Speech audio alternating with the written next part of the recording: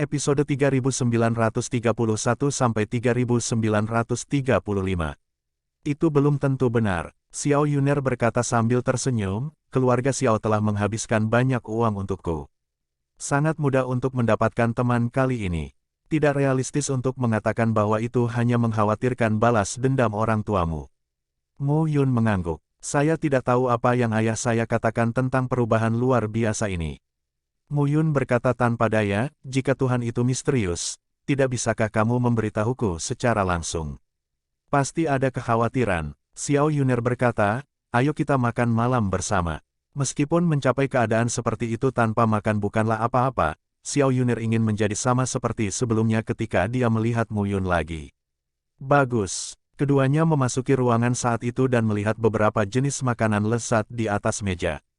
Mereka duduk bersebelahan. Xiao Yuner mengambil mangkuk dan sumpit, memandang Mu Yun dan berkata sambil tersenyum, saya ingin menjadi seperti Anda pada masa itu. Seperti seorang petani dan wanita petani, saya bekerja saat matahari terbit dan beristirahat dengan penghasilan harian. Itu panjang dan datar. Sudah bertahun-tahun. Apakah ada wanita petani yang begitu cantik? Aku banyak bicara lagi. Aku benar. Mu Yun berkata sambil tersenyum, setelah bertahun-tahun, saya tidak menyangka bahwa suatu hari, saya akan pergi dari kota Beiyun hingga hari ini. Xiao Yuner mengenang, mungkin, dalam beberapa tahun terakhir, banyak hal telah berubah. Ya, berapa tahun telah berlalu sejak Universitas Beiyun di kota Beiyun. Mu Yun tidak dapat mengingatnya dengan jelas. Semuanya benar dan salah. Sepanjang jalan, bagaimana kabar orang-orang itu? Murid-murid saya semuanya berada di alam manusia. Haruskah mereka baik-baik saja sekarang? Qi Ming, Mo Yang, Ye Qiu dan istrinya Ling Yuexuan. Memikirkan hal ini, Mu Yun tiba-tiba merasa bahwa yang terbaik adalah membiarkan mereka tinggal di dunia manusia. Jika tidak, hari ini, apakah Anda masih mengikuti diri sendiri dan berlarian? Mendengar hal ini, Mu Yun menggelengkan kepalanya sedikit.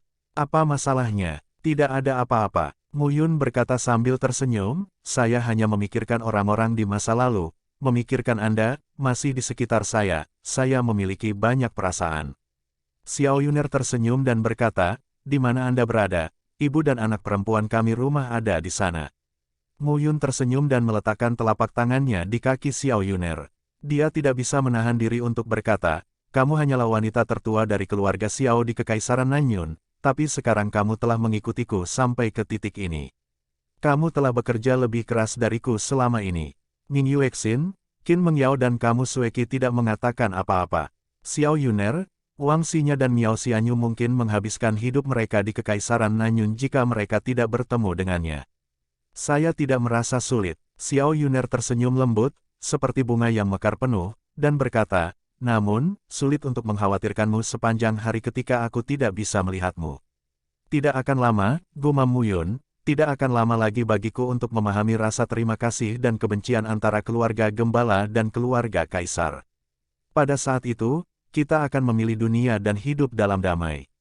Mengenai dunia sebesar ini, serahkan saja pada anak-anak kita. Xiao Yuner mengangguk sedikit, mengulurkan tangan gioknya, dengan lembut mencubit pipi Mu Yun dan berkata sambil tersenyum, itu ide yang bagus, tapi bagaimana dengan makan malam? Bisakah kamu melepaskan tanganmu dari pakaianku? Batuk. Mu Yun terbatuk dan berkata dengan sungguh-sungguh, bersamamu, nasinya tidak terasa.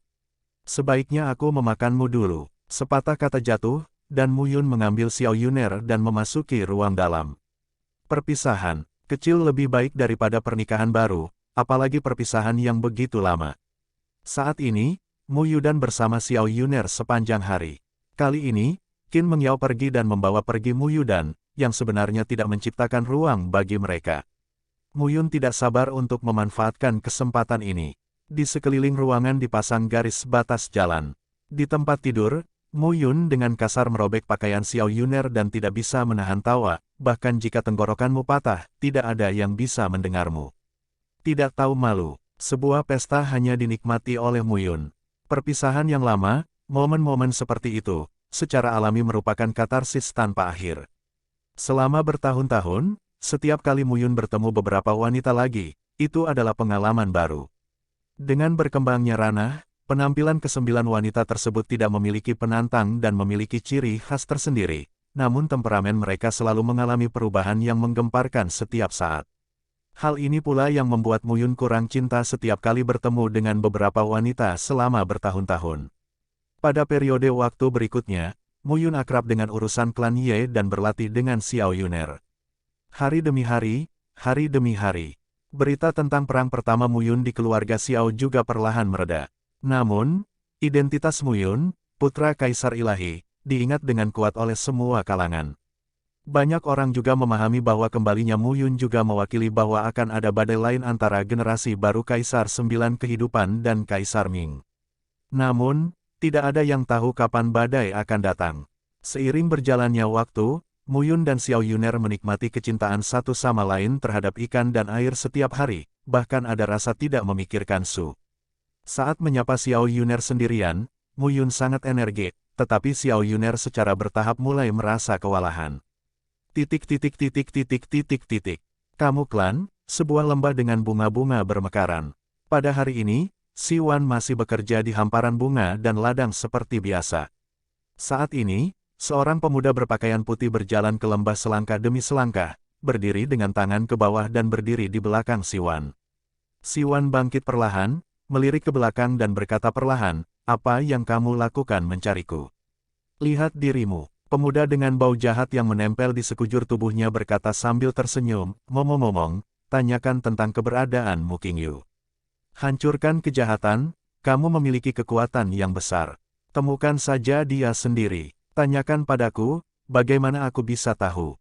Breaking Evil tersenyum, "Setidaknya kamu juga ibu mertuanya." "Ibu mertua," Siwan tersenyum dan berkata, "Menantu laki-lakiku, tidak ada yang bisa menebaknya, bahkan Kaisar Ming pun tidak. Menurutmu apa yang bisa aku ketahui?" "Baiklah, bolehkah saya meminta beberapa pil?" Siwan melihat kejahatan itu dan tidak berbicara. "Aku tidak mau memberikannya padamu. Aku masih berpikir untuk pergi ke surga ke-9 untuk melihat apakah aku bisa membantu putrimu, wanita tua. Jangan terlalu pilih-pilih." Bersenandung, Siwan melambaikan beberapa botol batu giok dan muncul di depan tubuh jahat itu. Dia berkata, "Situasinya sekarang tidak menentu. Jangan berkeliaran sendirian. Terima kasih atas kebaikanmu. Kecuali aku bertemu Kaisar Ming, tidak ada yang bisa menjagaku. Selamat tinggal." Foxy tersenyum dan berkata, "Ngomong-ngomong, saat aku melihat putrimu, aku akan menyapanya dan memberitahunya bahwa kamu baik-baik saja. Sebaiknya aku lebih sedikit bicara tentang wanita tuaku dan lebih banyak bicara tentang putranya." Ya, sosok jahat itu muncul dan menghilang. Tapi tak seorang pun di klan Ye menyadarinya. Siwan berjongkok dan terus bertani, tapi perlahan, dia berdiri dan menghela nafas. Qingyu, bekerja, sama dengan Foxy. Dia aneh. Aduh, desah, tapi dia mengungkapkan banyak kekhawatiran. Hari-hari tampak tenang. Muyun menangani urusan klan Ye setiap hari. Dia juga mempelajari banyak informasi antara lebih dari 200 kota besar yang dikendalikan oleh klan Ye. Ini terkait dengan saluran berita Ye, transaksi dengan kekuatan besar, Del. Kembali ke klan Ye berarti menghabiskan hidup mereka bersama Xiao Yuner. Dalam sekejap, setengah tahun berlalu. Adapun peristiwa yang mengguncang bumi, kata Mu Qingyu, itu tidak terjadi. Muyun juga secara bertahap beradaptasi dengan semua masalah dalam klan Ye. Hari ini, dini hari, Muyun membuka matanya dengan malas, dengan Xiao Yuner di pelukannya. Dia tampak sedikit lelah dan terlihat unik. "Bangun." Melihat bulu mata Xiao Yuner sedikit berkedip, Muyun tersenyum. "Aku terlalu lelah. Aku akan tidur lagi." Xiao Yuner berbalik ke samping dan menunjukkan lekuk tubuh yang anggun di depan Muyun. Pikiran Muyun menjadi aktif, tapi Xiao Yuner bergumam dan mendorongnya menjauh. Tapi Muyun harus bangun, buka jendela dan bersandar di pagar. Hari-hari seperti itu membuat Muyun merasa cukup nyaman selama ini, dan dia semakin mencintai Yuner di dalam hatinya. Hanya saja kita harus melakukan latihan sehari-hari. Kalau tidak, bagaimana kita bisa menjamin kehidupan yang nyaman di masa depan? Melihat keluarga besar Ye, bangunan-bangunan itu ditumpuk satu persatu, terbentang. Dini hari, banyak orang di sekitar yang memulai hari yang sibuk. Muyun melihat ke timur. Di atas cakrawala, matahari terbit perlahan dan matahari lembut. Namun, saat melihat matahari, lambat laun cahayanya memudar. Mu Yun bahkan berpikir dia sedang menggelengkan pikirannya secara bertahap. Dia menutup matanya, menggelengkan kepalanya, dan membuka matanya lagi. Dia hanya merasa langit dan bumi tampak lebih gelap. Saat ini, banyak orang di keluarga Ye juga melihat ke langit. Apa yang sedang terjadi? Ya Tuhan, kenapa tiba-tiba gelap? Saat ini, di sisi tubuh Mu Yun, Xiao Yuner mengenakan pakaian kasa. Kulitnya seperti salju, menjulang, dan kaki telanjang dari batu giok. Dia mendekati tubuh Mu Yun dan berbisik, "Ada apa? Aku tidur sampai gelap." Tidak, pada saat ini, Mu Yun menunjuk ke langit, tetapi berkata, perubahan yang mengguncang bumi benar-benar telah terjadi. Xiao Yuner menatap ke langit saat ini, tapi mulutnya terbuka karena terkejut. Tangan giok itu menutupi mulut kecilnya dan berseru, "Apakah ini? Apakah langit telah runtuh?" Saat ini, semua orang di dalam dan di luar keluarga Ye sedang melihat ke langit. Matahari terbit ribuan mil, namun tiba-tiba langit menjadi gelap, seolah kiamat telah tiba. Apalagi perasaan ini semakin kuat. Semua orang tercengang melihat pemandangan itu. Tidak lama kemudian, di luar halaman, Kamu Fu dan Kamu Yi datang dan buru-buru berkata, "Mu Yun, ada acara besar. Cepat ke ruang konferensi." Bagus. Setelah selesai, Mu Yun dan Xiao Yuner datang ke aula diskusi keluarga Ye. Saat ini, ratusan tokoh telah berkumpul di sini. Ye Xingze, kamu King Han, kamu Xiang Wei, kamu Jing Tian, kamu Xiang, kamu Fu, kamu Yi dan anak-anak inti lainnya juga datang satu demi satu. Apa yang sedang terjadi? Aku tidak tahu. Ye Xingze berkata, tiba-tiba, ada perubahan seperti itu, dan tidak hanya keluarga Ye, tetapi juga seluruh reruntuhan suci Xiaoyao. Wajah Mu Yun berubah begitu dia mengatakan ini. Seluruh reruntuhan suci Xiaoyao seperti ini. Ini benar-benar perubahan yang mengguncang bumi. Tidak lama kemudian, Si Mei Yun, Ai Yuan Liu, dan Yu Feiye keluar saat ini. Tenang saja, semuanya. Si Mei Yun berkata, kami telah mengirim seseorang untuk menyelidikinya. Saya yakin akan segera ada berita. Penilaian awal adalah bahwa ruang itu robek. Sesuatu telah terjadi di tempat. Reruntuhan suci Xiaoyao. Begitu kata-kata Si Mei Yun jatuh, beberapa sosok memasuki aula.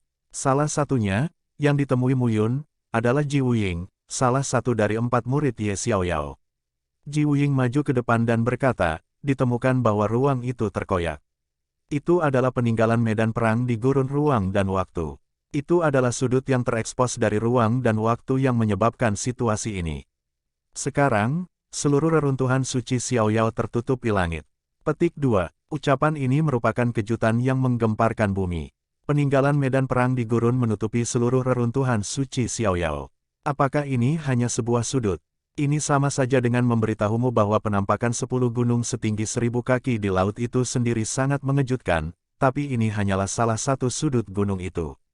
Bagaimana dengan detailnya? Detailnya perlu didiskusikan setelah masuk. Kita perlu mengatur orang untuk melihatnya. Lakukan sekarang. Ya, Ji Wuying pergi bersama beberapa orang. Si Mei Yun berkata lagi, kamu tidak perlu khawatir. Kembali dulu, tunggu situasinya. Kami tidak tahu apa yang terjadi, dan pihak lain tidak tahu. Semua orang mundur dari aula satu per satu. Mu Yun dan Xiao Yuner kembali ke halaman.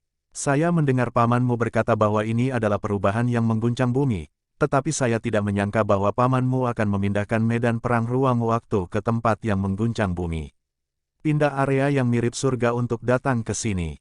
Ini mengejutkan. Meskipun reruntuhan suci Xiaoyao, Ye Xiaoyao, Kaisar Dewa Xiaoyao pada masa itu, juga membawa sebuah benua, dan perkembangan reruntuhan suci Xiaoyao sejauh ini sebanding dengan wilayah surgawi yang luas. Itu adalah perkembangan selama bertahun-tahun, bukan dalam semalam.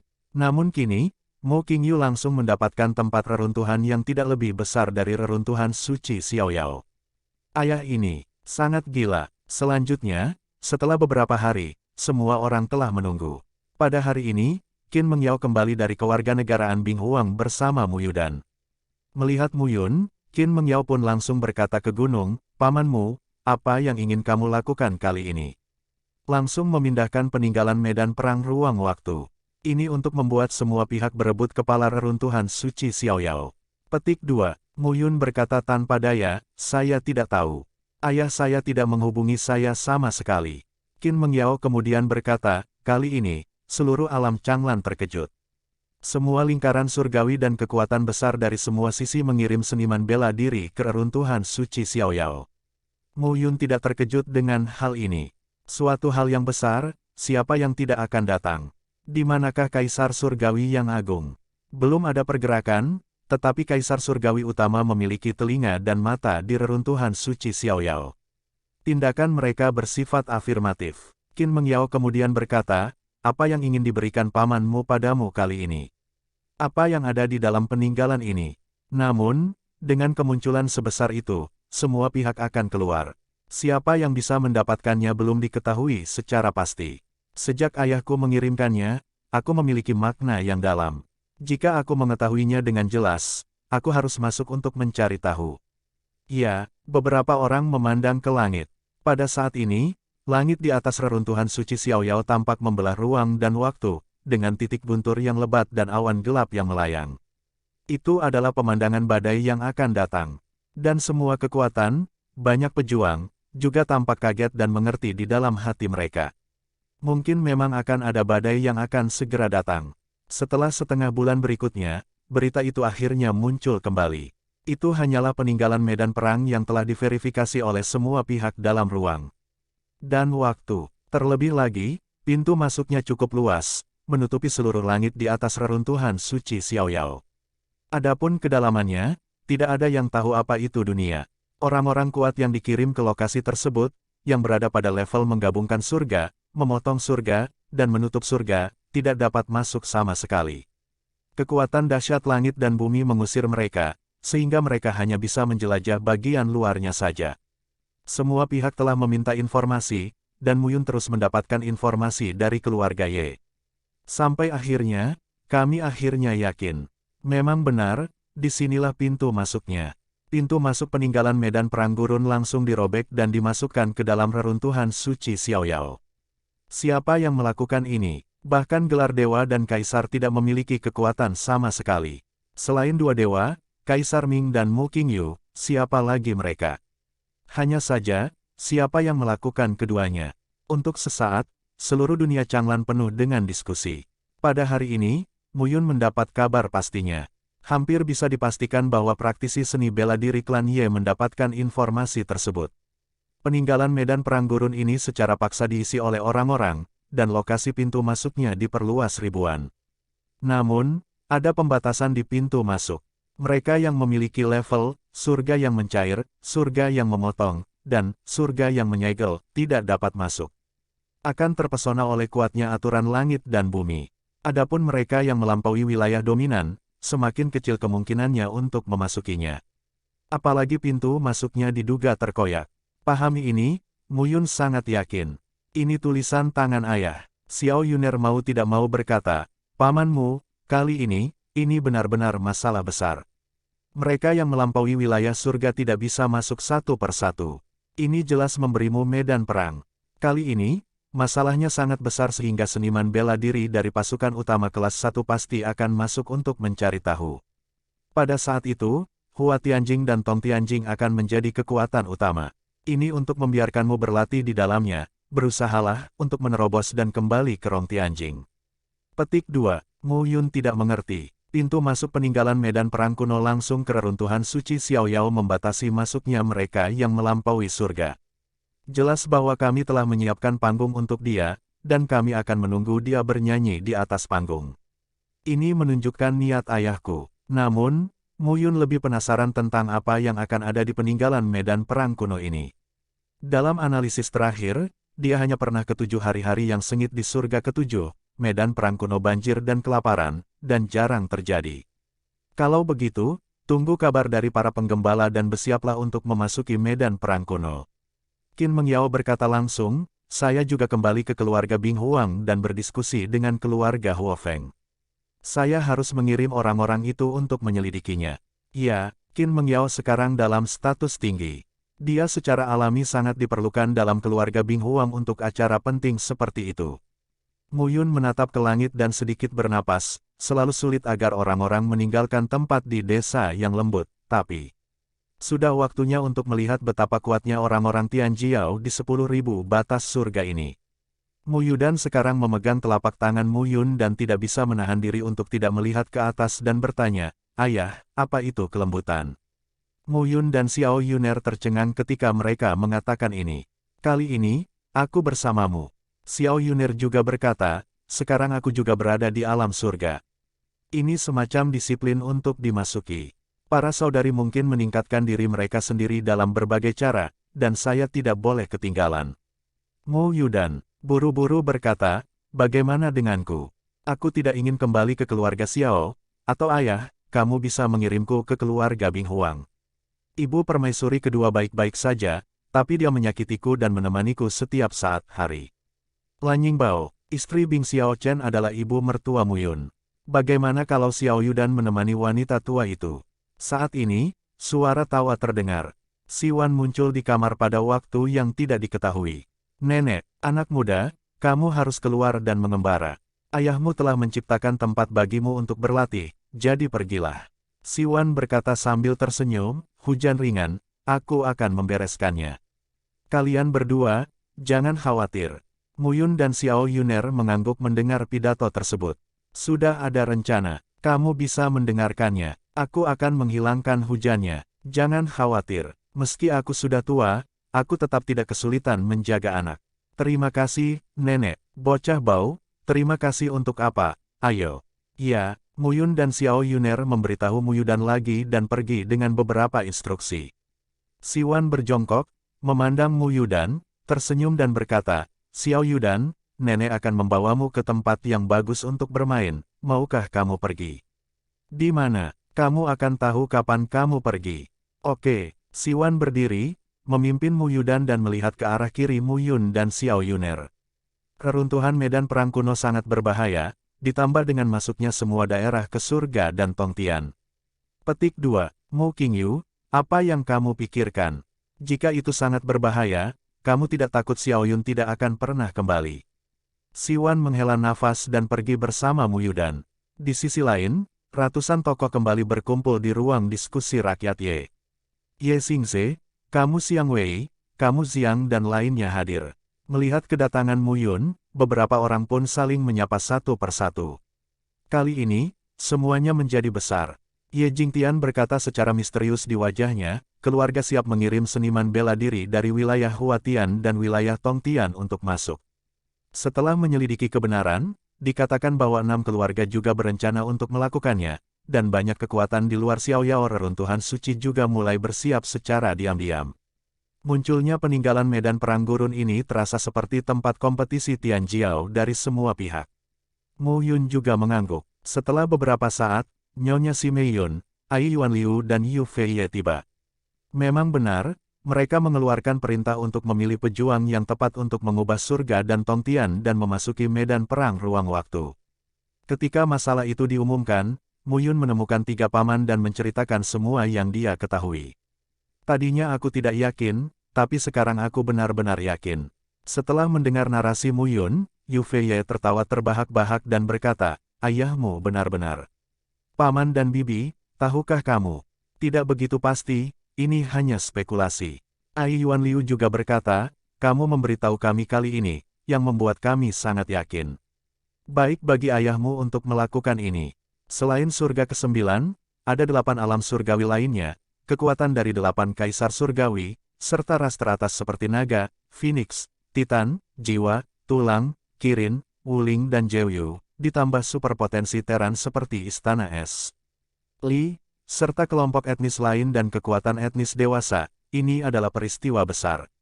Si Mei Yun mengangguk dan berkata, "Apa yang dilakukan ayahmu cukup menarik. Itu bisa dianggap tidak terlihat. Itu menyatukan Tianjiao dari semua kelompok etnis, dan ini dapat membuat Anda mengasah diri sendiri. Tapi, dengan kata lain, ini adalah kemarahan dan krisis. Jika kamu ceroboh, kamu bisa mati." Si Mei Yun memandang Mu Yun dan berkata dengan serius, "Kali ini, aku akan membiarkan Ye Jingtian dan Ye Xiang bergabung denganmu." Ye Xiang Wei awalnya adalah alam tingkat 9, tapi dia akan menerobos dan mencapai alam Rongtian. Dia tidak cocok untuk masuk. Jingtian dan Xiang keduanya adalah 9 orang berat di wilayah Tongtian. Mereka adalah yang terbaik untuk memimpin tim kali ini. Pada saat yang sama, kamu Yi dan kamu Fu juga bersamamu untuk mempromosikan mereka. Mu Yun mengangguk dan berkata, aku akan melindungi mereka. Mereka melindungimu. Ai Yuan Liu berkata sambil tersenyum, Anda tidak perlu memiliki terlalu banyak beban. Kali ini, kami setuju untuk mengirim Tong Tianjing dan Hua Tianjing ke dalam keluarga untuk bekerja bersama Anda guna memastikan keselamatan Anda. Setidaknya, jangan biarkan orang lain menipu lebih sedikit dengan lebih banyak. Ya, setelah menjelaskan beberapa hal kepada Mu Yun, Si Mei Yun, Ai Yuan Liu, dan Yu Feiye juga pergi. Keluarga Ye saat ini, urusan besar dan kecil diputuskan oleh 3 orang, yang tidak dapat dipisahkan. Mu Yun dan Xiao Yuner juga kembali ke kediaman dan menunggu kabar keberangkatan terakhir mereka. Kali ini, hal-hal yang umumnya tidak besar dan tidak boleh diremehkan. Mu Yun kini telah mencapai 8 tingkat wilayah Huatian. Kali ini, peninggalan kuno hanya bisa masuk ke bawah wilayah surga dalam ruang dan waktu medan perang. Ayah mungkin ingin mencapai puncak Tong Tianjing di dalamnya. Mu Yun juga mengabdikan diri untuk penyempurnaan dan peningkatan lebih lanjut dari formula seni bela dirinya. Sekarang, dia perlu meningkatkan efektivitas tempurnya. Formula pedang ajaib pemusnahan dan penguburan kosong. Hutan belantara menutupi langit, dan susunan 7 dewa eklosion dan susunan 9 bayi Huangquan, 2 susunan besar ini. Ini masih menjadi sarana utamanya. Saat dia mencapai level 8, 9, atau bahkan 10, kekuatannya akan menjadi semakin kuat. 10 hari kemudian, dalam keluarga Daun, di depan ruang konferensi, sosok Tao itu berdiri. Perhatikan baik-baik, ini dekat dengan ranah ribuan master. Ribuan, ini adalah kisah dalam keluarga Ye. Terlebih lagi, tidak semua master Tongtian dan Huatian berkebangsaan Ye, melainkan master yang berasal dari berbagai kota dan daerah. Bisa dibayangkan jumlah wilayah yang didominasi oleh warga negara Ye juga sangat buruk, ditambah dengan integrasi surga, pemotongan surga, dan penyegelan surga. 3 wanita, Si Mei Yun, Ai Yuan Liu dan Yu Feiye, berdiri di depan orang banyak. Semua orang, Yu Feiye berkata pada saat ini, kali ini, tempat reruntuhan adalah peluang sekaligus bahaya. Memilih Anda dalam keluarga adalah kepercayaan pada Anda. Kali ini, tidak hanya klan Yeku, klan Xiao, klan Chu, dan klan Namong juga akan pergi. Kamu juga tahu rasa terima kasih dan kebencian antara orang-orang ini dan klan Yeku. Saya harap Anda bisa melakukan yang terbaik dan berhati-hati. Saya harap kalian semua bisa keluar hidup-hidup. Begitu ucapan ini keluar, semua orang mengangguk. Ayo pergi. Yu Feiye melambaikan telapak tangannya dan memesan langsung. Sosok Tao dan Tao muncul satu demi satu pada saat ini. Ribuan penguasa alam, dipimpin oleh Yang Kuat, langsung naik ke langit. Pintu masuk ke reruntuhan medan perang gurun berada tepat di atas kepala semua orang dan dapat dicapai dengan lepas landas. Kekuatan besar juga akan masuk melalui pintu masuk ini. Ketika Anda sampai di ketinggian, Anda dapat melihat bahwa ruang waktu langit dan bumi sedang terdistorsi. Ini adalah perubahan aneh yang terjadi ketika ruang angkasa dihalangi oleh kekuatan yang sangat kuat. Keunikan seperti itu membuat ruang di sekitarnya melayang. Apalagi kekuatan yang bisa ditanggungnya juga melemah. Oleh karena itu, pencak silat di angkasa akan menyebabkan runtuhnya ruang dan waktu dan mati di sini, sehingga mereka tidak bisa masuk. Si Mei Yun berkata, aku mengirimmu ke sini. Ingat, hati-hati. Semua orang mengangguk. Saat ini, Ye Jingtian dan Ye Xiang memimpin tim. Keduanya adalah 9 ranah-ranah Tongtian, namun mereka masih kekurangan akumulasi informasi orang dalam dari ranah Rongtian. Hai sekalian, bersiaplah untuk bertarung denganku ke segala arah. Ye Jingtian minum dengan keras, tertawa, lalu melangkah masuk. Sosoknya tersapu oleh ruang dan waktu dan menghilang. Pada saat yang sama, angka-angka tersebut juga sedang pergi saat ini. Ye Fu, Ye Yi, Mu Yun, Xiao Yuner dan yang lainnya menghilang di pintu masuk satu persatu. Dalam sekejap mata, pintu masuk ini menjadi sunyi. Si Mei Yun dan yang lainnya berdiri di tempat mereka, tertegun. Ayo pergi. Perlahan, Si Mei Yun berkata, kita tidak bisa melindungi mereka seumur hidup. Kita harus berjuang sendiri untuk dunia. Ya, Ai Yuan Liu juga berkata, Mu Qingyu telah membuat formasi sebesar itu. Saya khawatir peninggalan medan perang di ruang dan waktu gurun ini tidak sesederhana itu. Saya harap Mu Yun dan mereka dapat kembali dengan selamat. Ya, saat ini, Yezu dan yang lainnya sedang mengembalikan reruntuhan suci Xiaoyao, tanah wilayah utara. Di pintu masuk medan perang bersejarah, ribuan sosok berdiri saat ini. Sekilas, ribuan orang ini berdiri dengan tertib, kuat, dan sangat dominan. Dan sekarang, ribuan orang yang lalu, 3 sosok berdiri diam. Salah satunya adalah Xiao Hongtian, yang dilihat Mu Yun ketika dia pergi ke keluarga Xiao. 2 lainnya sama kuatnya dan tidak dapat diprediksi. Chu Wenxing, Namong Lingyun, saatnya memulai. Xiao Hongtian berkata, kali ini, lebih dari 3.000 anak dari 3 kelompok etnis kita, yang telah mengubah surga dan menghubungkan surga, akan masuk. Ketiga kelompok etnis tersebut akan bersatu. Mereka tidak akan takut dengan pihak mana mereka bertemu. Ia, mengenakan pakaian istana, Namong Lingyun, yang mewakili keluarga Namong, mengangguk dan berkata, terakhir kali, Mu Yun membuat keluarga Xiao sangat jelek. Kali ini, jika kamu ingin datang ke Mu Yun, kamu harus masuk ke sini. Keluarga Xiao bisa ambil kesempatan ini. Chu Wenxing juga bersenandung dingin saat ini. Chu Yunhang meninggal di tangan Qin Mengyao. Saudara Chu Fanyuan sangat marah. Kali ini, jika saya bertemu Mu Yun, saya tidak akan melepaskannya. Jangan biarkan orang lain mati, kata Hong Jun di matanya. Kali ini, di antara kerumunan itu, beberapa tokoh muda juga berkumpul. Chu Hao, seorang pemuda berkata sambil tersenyum, saya mendengar bahwa Mu Yun membunuh Mausolem Chu. Dikatakan bahwa Mu Yun hanya mengubah 7 tingkat surga, tetapi Mausolem Chu adalah 1 tingkat dari surga. Apakah saat ini benar atau salah? Namong Dandi, apakah kamu menantangku? Chu Hao, yang tinggi dan memiliki temperamen luar biasa, bersenandung dingin saat ini, jika aku bertemu Mu Yun, aku akan membunuhnya. Mendengar ini, Namong Dandi yang menawan tersenyum dan tidak berkata apa-apa lagi. Kali ini, klan Chu mengirimkan orang dan kuda. Chu Hao, 9 orang berat di langit, tidak diragukan lagi adalah yang terkuat. Jika dia benar-benar mengganggu Chu Hao, itu tidak akan ada gunanya baginya. Lagi pula, Xiao Yunchen lah yang paling marah padamu. Namong Dandi berkata sambil tersenyum, Mu Yun itu memukulmu di hadapan keluarga Xiao. Apakah kamu ingin aku membantumu kali ini? Xiao Yunchen adalah kebanggaan keluarga Xiao.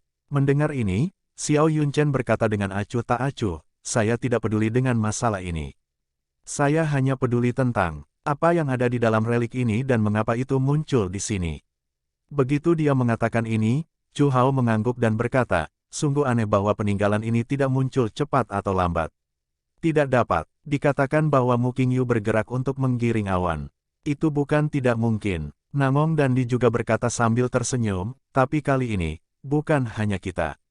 Saya pikir beberapa setan dari 3 sisi keluarga Tuoba, keluarga Huang dan keluarga Jun juga harus muncul kali ini dan bersiap untuk masuk.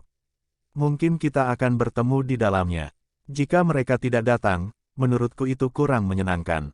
Chu Hao berkata sambil tersenyum pada saat ini, tidak peduli siapa yang menghasut gerakan besar kali ini dan apa yang ingin Anda lakukan, hasilnya hanya prajurit di bawah langit yang bisa masuk, maka saya tidak takut.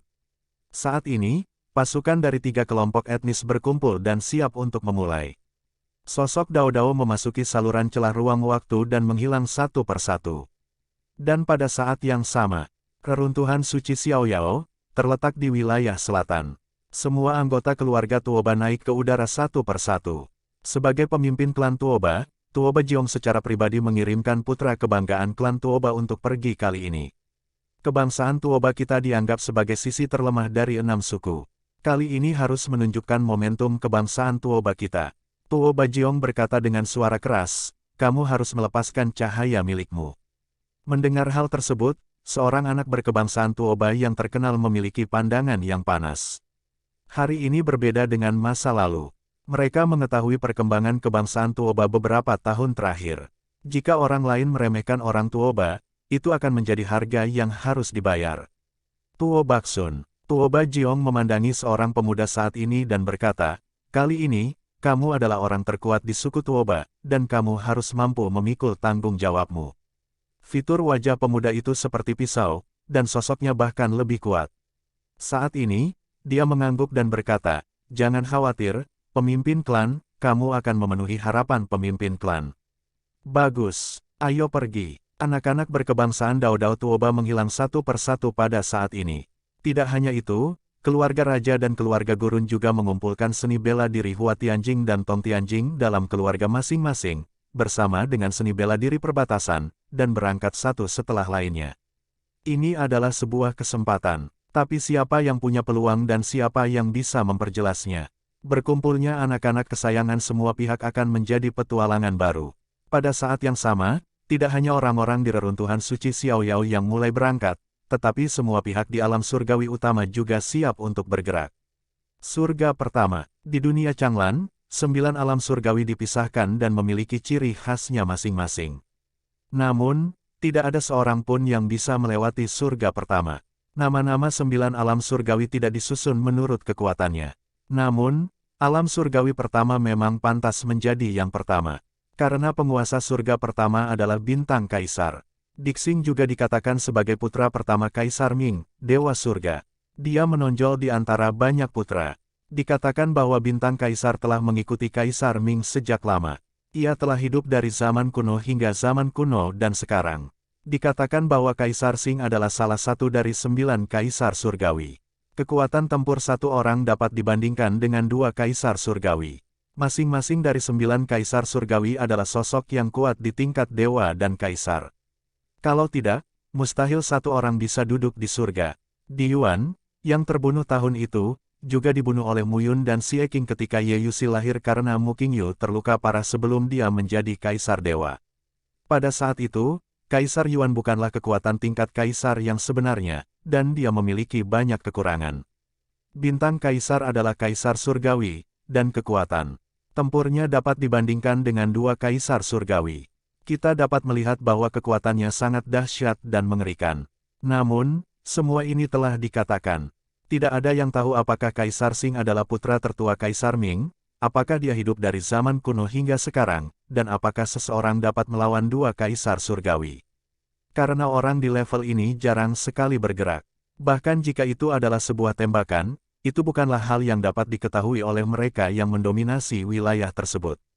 Tapi bagaimanapun juga, bintang kaisar, sebagai penguasa surga pertama, menciptakan kuil bintang, yang dapat berdekatan dengan dunia naga dan bahkan menakuti dunia naga di surga pertama selama jutaan tahun. Cukup melihat kekuatan bintang kaisar. Semua orang mengatakan bahwa kaisar manusia adalah orang pertama di bawah kaisar dewa dan gelar kaisar dewa tingkat pertama. Namun, beberapa orang mengatakan bahwa bintang kaisar adalah yang kedua setelah kaisar manusia. Istana Bintang. Pada hari pertama dunia, semua kekuatan Teran dan kekuatan ras utama, kapanpun disebutkan, semuanya tampak ketakutan dan ketakutan. Ini adalah sisa daya yang terakumulasi selama bertahun-tahun. Kuil bintang sangat besar sehingga Eiliner dapat dilihat di mana-mana, dan tidak ada yang berani mengikutinya. Ada 7 penguasa istana di Istana Xingshen, semuanya mematuhi perintah kaisar. Pada saat ini, tanah Istana Xingshen yang luas seperti laut, dengan paviliun dan paviliun, tampaknya sejajar dengan langit dan bumi. Semua cahaya pelangi melompati langit dan bumi, seolah membangun jembatan di atas Istana Bintang 7. Di Istana Bintang 7, di loteng tinggi yang tergantung di udara. Di aula yang remang-remang, saat ini, 7 sosok berdiri dalam kegelapan. Sepertinya Anda tidak bisa bersandar di kursi dan melihat wajah aslinya. Apa yang terjadi di reruntuhan suci Xiaoyao? Suara anggun, terutama enak didengar, terdengar saat ini. Beritahu Kaisar Surga. Di bagian bawah, orang terakhir dari 7 orang itu melengkungkan tangan dan berkata, Ye, Xiao, Chu, Nangong, Tuoba, Jun dan Huang telah mengirim orang ke mereka. Menurut berita yang kami dapatkan, gerbang Sengsuan di surga kelima dan klan Tulang juga mengirim orang untuk bergegas ke sana. Di surga ke-8, ada juga elit dari Fei Huang Shenzong dan klan Jiwa. Mendengar ini, suara anggun terdengar lagi dan berkata sambil tersenyum, menarik. Petik 2. Ye Xiaoyao mampu membuat hal sebesar itu bergerak pada masa itu. Kekuatan kursi ini tidak dapat melakukan langkah ini. Melihat Changlan, hanya ayahnya dan Mu Qingyu yang dapat melakukan langkah ini. Karena itu membatasi masuknya surga yang mencair, memotong surga dan menyegel surga, itu adalah langkah pelatihan yang dilakukan oleh Mu Qingyu untuk putranya.